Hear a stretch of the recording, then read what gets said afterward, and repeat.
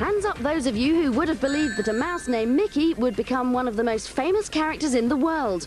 No, not me, but it just keeps on happening. Cute furry animals becoming more famous than some of today's movie stars. Even Italian plumbers, funked up earthworms and squeaky green lemmings have become famous. But hold on, haven't we forgotten someone? A cute, blue, spiky hedgehog?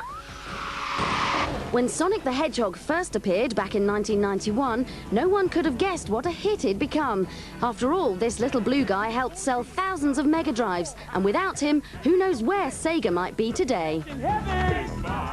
Is there a secret to his success? Well, yes, and it's got a lot to do with timing. Sonic, along with Mario, helped put game consoles out of the shops and into living rooms around the world. Everyone wanted a slice of the fun, and with simplistic gameplay on offer, owning Sonic brought them closer to their Mega Drives. In the process, a huge base of faithful Sega fans was born. Disagree? Well, 3.7 million copies of Sonic the Hedgehog ended up being sold. Success spawned sequels, and Sega maximised their company mascot to the point of exhaustion. Expectations for Sonic 2 were always high, so the animation was spiced up a notch or two, and the game was a whole lot bigger than its predecessor. This strange blue hedgehog had finally stamped itself into video gaming culture, and he wasn't about to go away.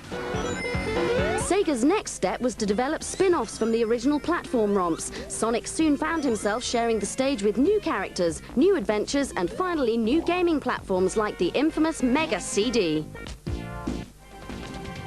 Now all consoles need a decent game to sell it, and Sonic found himself blasting onto the Mega CD with hi-fi quality sound, spruced up graphics and souped up gameplay.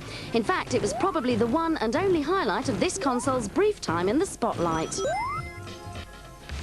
The demand for more Sonic reached fever pitch, with the public's appetite for the blue spiny one at an all-time high.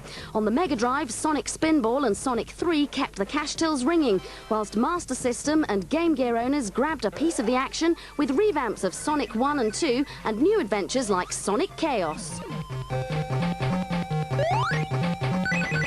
But this spiky superhero has been missing in action for some time now, with the 16-bit market scaled down to make way for the 32-bit giants.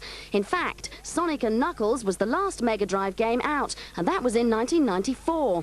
Meanwhile, the Saturn's software policy seems to consist mainly of combat sims and racing games. Well, things are about to change. Sega know full well that Mario's going to steal the limelight once he makes an appearance on the N64, so it's time to fight back.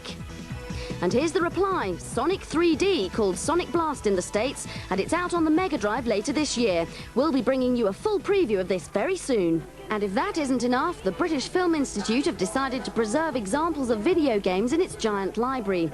This will ensure that tomorrow's historians have an insight into today's popular culture. And their choice of video game to preserve: the one, the only Mr. Sonic the Hedgehog.